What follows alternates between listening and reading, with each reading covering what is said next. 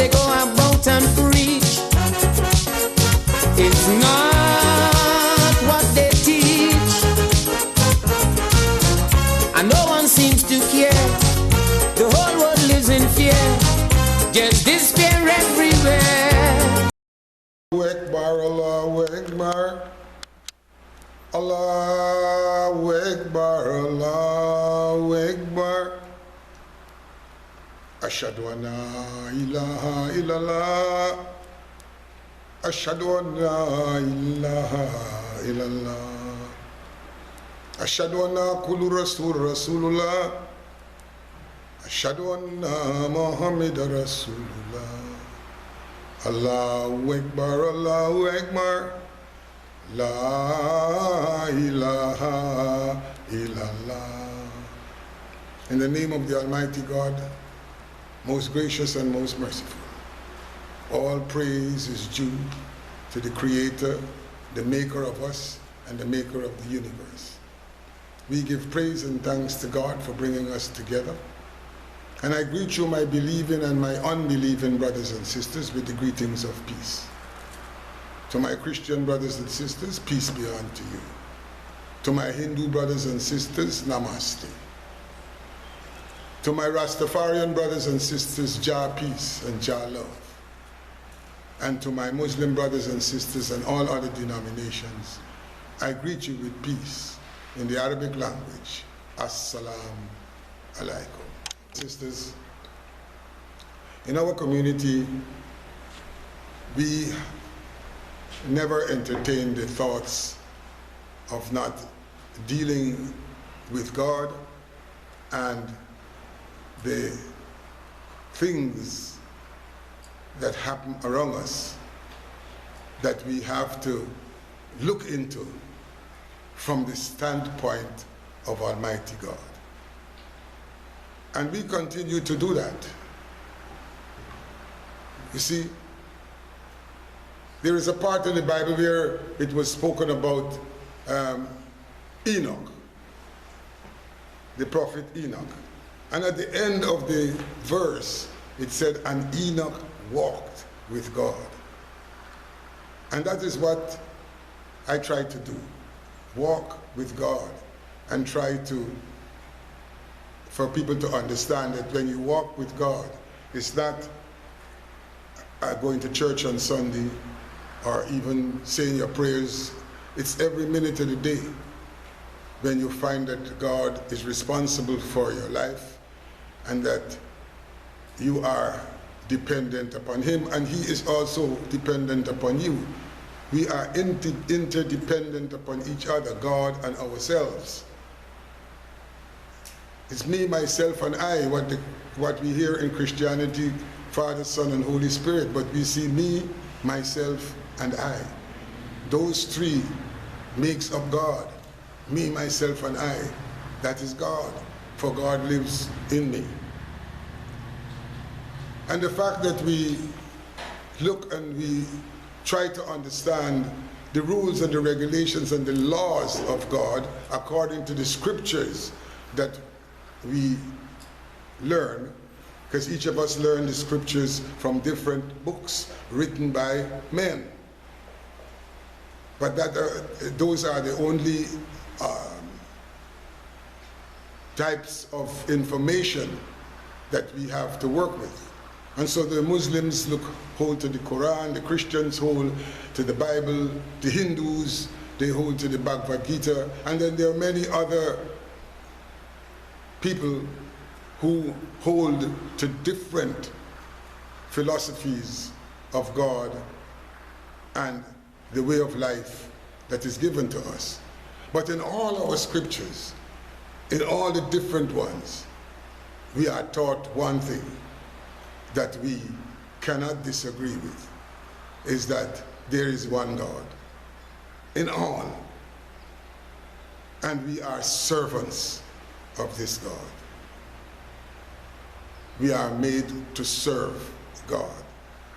And so in order to serve God, we have to be many times selfless. And out of this selflessness, we are able to show some kind of what we call love to each other. At this present point in time, brothers and sisters, we are facing what I have called a plague and what they are now calling a pandemic. And as servants of God and dealing with God, everything that happens upon this earth has to do with God. So there is no way that we can leave out God out of the virus. One thing we know for sure is that God will never create a human being with an immune system that any virus could penetrate. What kind of God is that? That gives us an immune system to keep us surviving on this earth, and then allows a man-made virus to attack this system and break it down. You see, the God that we believe in is a God of strength and power, and that God lives within us in His Spirit. But we still have to see what is happening. This so-called virus is now causing a pandemic in the world, and it has now hit over 100 countries. The thing is that the virus kills you once you have acquired it. So we are taught not to shake hands, we are taught to walk around with masks, we are taught to wash our hands, something that our parents taught us years ago, that we must always keep our hands clean. And we are not supposed to hold out. Now it's a set of rules and regulations. Apart from the stress and the strain and the trials and the tribulations that man continues to put upon himself and upon those who look to him as an earthly God or to them as earthly gods. Apart from that, there's now more stress. And then we hear that the virus is taking care in terms of killing the elderly. Well, they know they can't make the elderly panic as much as the youths, but there are young people dying from it as well. But the emphasis is being placed on the elderly. Was that something that was being manipulated scientifically to destroy the elderly? If that is the case, then God has exposed it. That is all. God has made it public, because if every country were to have that weapon to get rid of the elderly, then it would be a disaster. So this is a plague, and this plague has gone out of hand, and it's hitting Tom, Dick, and Harry with no respect. Brothers and sisters, this is not coming from God, but from the actions of man. Why are our immune systems not being able to withstand any type of virus that attacks it? We have one of the strongest immune systems among God's creation. Why? It is because of our way of life. I don't want to get into the pros and cons, but our way of life, the way we eat, the way we think, the way we behave, our greed, our selfishness, our corruption, our nasty thoughts, our envy and jealousy, all those things have contributed to breaking down the immune system of man. And so our earth and the population of the earth is going through a crisis, as it has been going all the time. And we find that the aim and objective of this crisis is to lessen the population of the earth. Brothers and sisters, you know, sometimes the truth, in essence, you know, comes out of things that sometimes people believe is nonsense. We have a way of discriminating when we hear things because we all think that we know. Right now, the situation with the virus is that they know that they don't know how to control the virus. They know that.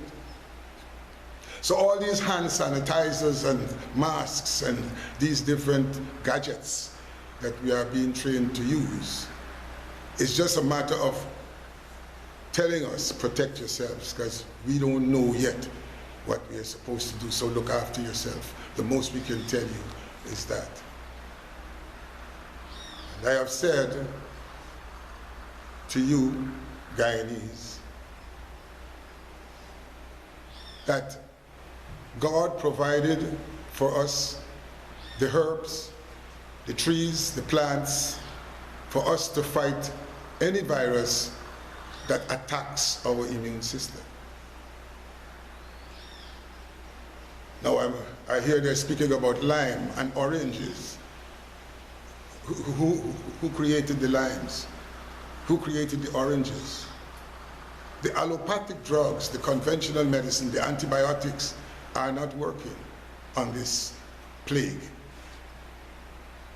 So they have turned to oranges and limes, talking about vitamin C. What we must know as believing men and women is that God is not responsible for this terror that is upon us. Because it is terror. And people are agitated and people are afraid, and that's the way the world is right now. In terms of us in Guyana, we have more than the virus to contend with at this moment. But I would want to reach out to my colleagues, the leaders of the different religious denominations, and hope that they will play an active role in helping people and their congregations to understand God's role in this particular virus. Our habits, the things that have contributed to us weakening our immune system, are our habits. Habits that are taught to us through the internet, through television, through WhatsApp, all kinds of habits that we and our children are adopting, and ways of life that are not in keeping with the system and the construction of our health. And therefore, that's one of the things that we're going to have to need to adjust. Right now, there are cities like Italy, for example, that is totally under control, closed. Places in China, closed. Places all over, about 100 countries that are closed. No parties, not even no sport, they're not going to the stadium. You see, when things come upon man, the Quran says, everything good comes from Allah, and everything evil comes from the works and the hands of man. And we are seeing it, brothers and sisters. So the virus is man-made. It's the hands of man that have constructed the virus. And man is in a situation now where man does not know how to control what he has made get out of control. Those of us who believe, let us continue to believe and have faith. For we know that it's not God-made, it's man-made. And that God has the answers. And since God created the herbs and the trees and the fruits, then turn to your herbs at this particular point in time to build your immune system. And one of the herbs I've told you, and I'm telling you about again, is Moringa citrifolia. That's the noni juice. In the morning, in the midday, in the afternoon. It's the highest vitamin C. It's more vitamin C than any orange or any lime. But they can't tell you that because they don't know. Only the traditional practitioners can tell you that. And they wouldn't ask because they don't want us to know that they don't know. Come off of meat for the time being. No eggs, no pork, no beef. Come off of that. Go on vegetables. Go on a no-meat diet. And use your teas. You have tisam tea, you have tulsi tea, you have all kinds of different teas, daisy tea, you have sweet broom tea. That's the teas that your grandmother used to give to you. Why have you stopped drinking it? That's all we have. We don't have the sophisticated machinery to test for the virus right now, no matter what they say. We don't have the sophisticated art and medicines to administer. We have to depend on our traditional medicines. So I'm available as other traditional practitioners are available. You can go to them. Not the charlatans, but those who you think are knowledgeable enough to give you the advice that you need. And apart from that, you need Super B12. That's a tablet. It's the only one that you would buy, Super B12. If you can't afford to buy that, then get molasses. And use a teaspoon of molasses 3 times a day. Molasses has all the vitamin Bs that you need to know about.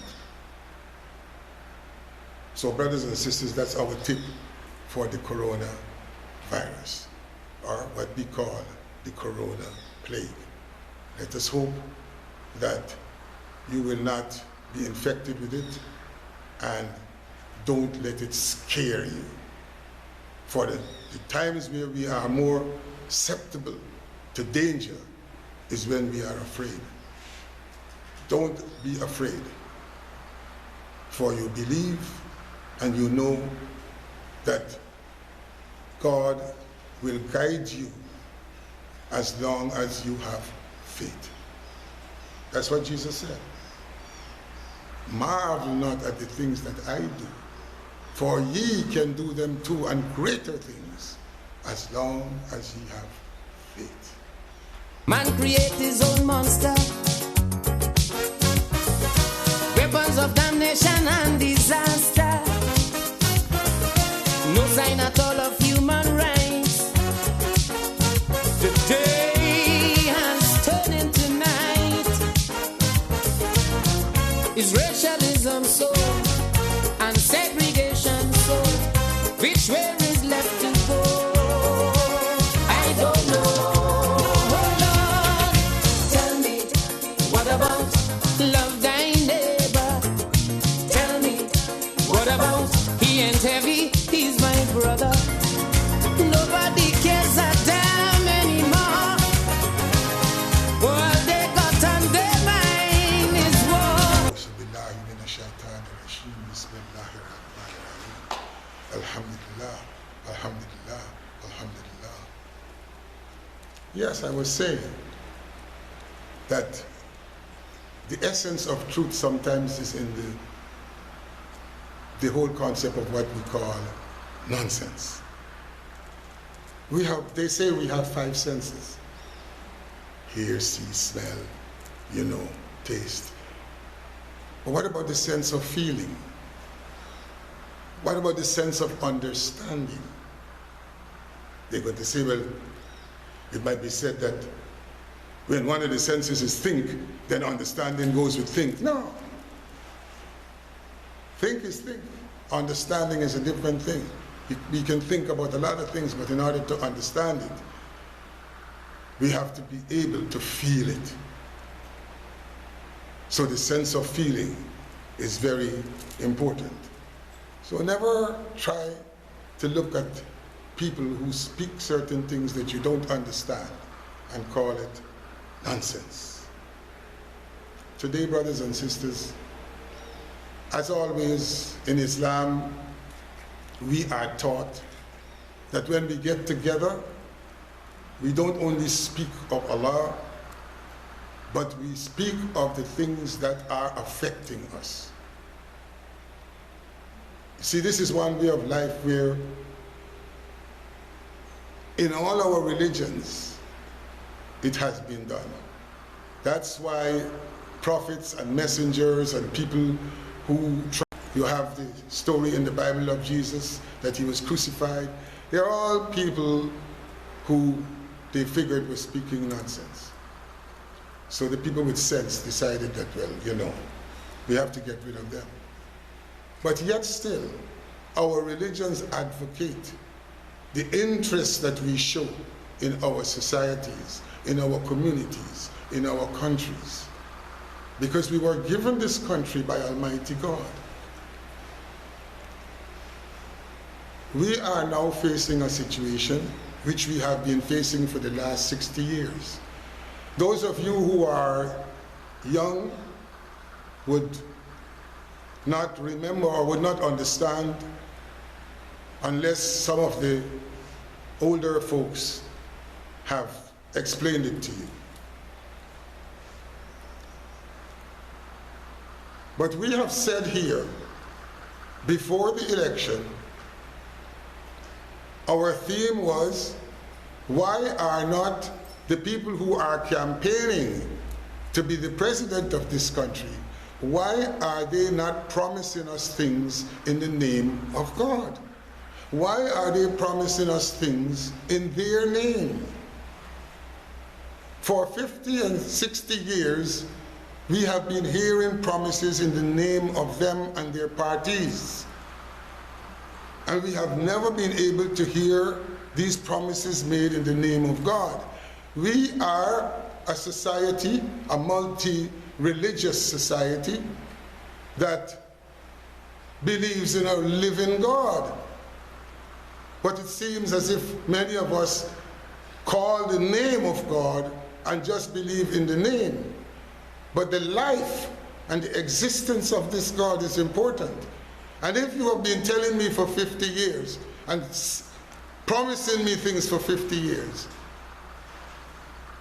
and these things have not been forthcoming, it therefore means that somewhere or the other, I have to turn to my God and say, what's happening?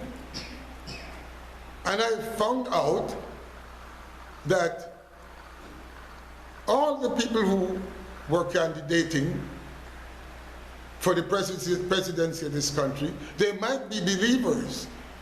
I cannot judge that. But they have never testified to the people. I promised to do this, and I promised to do that. And when I get into power, I will do that. When I get into power, by the grace of God, I will do that. I promise to do so and so and so for you. God willing. At no time, none of them has testified to the people. And so, in all things that we do, acknowledge God. In everything that we do, God must be acknowledged. And the disacknowledgement of God has caused the confusion that we are having there. Nonsense. Yeah. No problem. I just explained to you what nonsense is. You see, because we only have 5 senses, and then they put on another sense that's called the 6th sense. So they say, we are told that we have 6 senses. And these 6 senses are put together to discriminate against what they don't understand, and we call it nonsense. I saw in the papers today, big headlines. Mingo has the future of Guyana in his hands. Now, brothers and sisters, when you pick up a paper like that and you see those headlines, then that person that they're speaking about got to be God. Because as far as we as believing men and women are concerned, God has the future of Guyana in his hands. And God don't get heart attacks. You see, again, when we come back to the voters, you claim to be believing men and women, but yet still, you haven't heard anyone of the candidates speak about God or promise you the things in the name of God, and you go out there and you vote for someone who promised you things without promising you in the name of God. You see? So how is it possible for us to be able to have that faith and to continue to walk with God when we do things like that? None of them. I've heard the Muslims speak. I haven't heard the name of Allah, neither Muhammad. I've heard the Christians speak. I haven't heard the name I'm speaking about from the contenders for the presidency. For we as believing men and women, we are only looking to that president that gives us the assurance that whatever he promises us in the name of God. And that he hopes that we will pray, and because he will pray as well, to fulfill those promises in the name of God. That's what we wanted to hear, and we didn't hear it. And so what we're hearing now is the result of the disacknowledgement by those who are vying for leadership, the disacknowledgement of Almighty God. You know, brothers and sisters, it is sad. It is very sad. For at this point in time, the coronavirus is also hitting Guyana. Then we have thousands of investors that are here. We even have people who have put themselves into the political arena and who don't even belong here. So we are in a state of confusion. But don't you be confused. Don't allow yourselves to be confused. Stand firm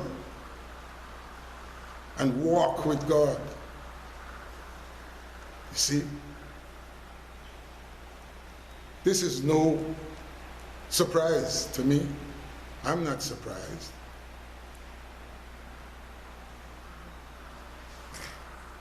The Quran says, let them plan. Let them continue to plan without recognizing me. But all plans, in the end, is with Allah, for Allah is the best of planners. All plans are with God, for God is the best of planners. And God will look after those of us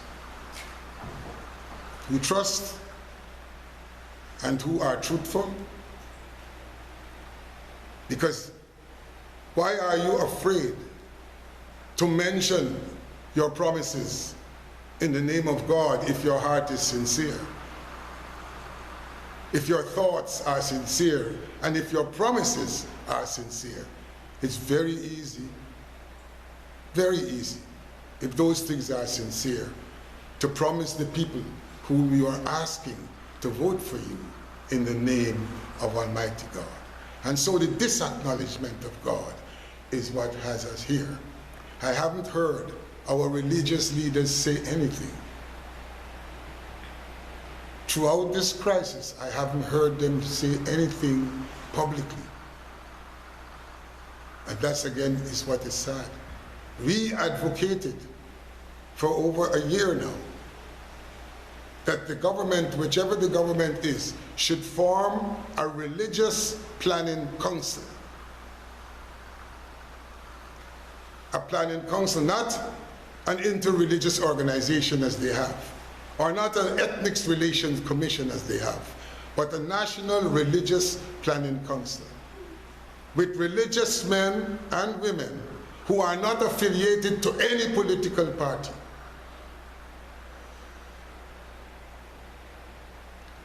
And a council like that can work along with whichever government is in power.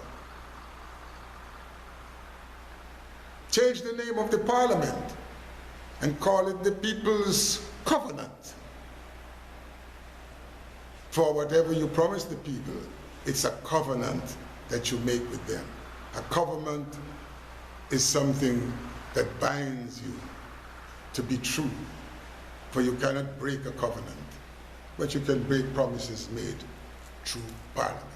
Brothers and sisters, I want to thank you for listening to me, and I thank you for coming, and anything that I might say that you disagree with, I am very open to hearing it, because I continue to learn, and the concepts that you hear me speak about are concepts that come from myself, me, and I, the three of us, that makes up the Spirit of God. So don't be confused as what's happening. It has to happen. It must happen. For man knows that he doesn't know. If he knew this would happen, they would have taken a different step, but they didn't know. So they know that they didn't know. And now they're trying to find out.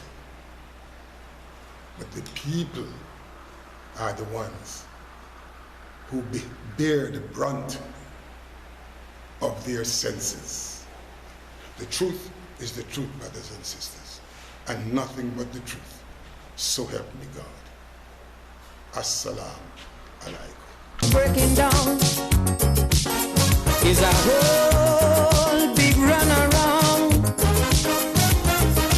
A lot of talk is what goes on, while the world is left to mourn. Starvation taking toll, weapons out of control. The atmosphere is cold, so cold. Oh Lord, tell me, what about love thy neighbor? Tell me, what about he ain't heavy, he's my brother. Nobody cares a damn anymore. All they got on their mind is war, war. Tell me, what about equal rights and justice? Tell me, what about peace and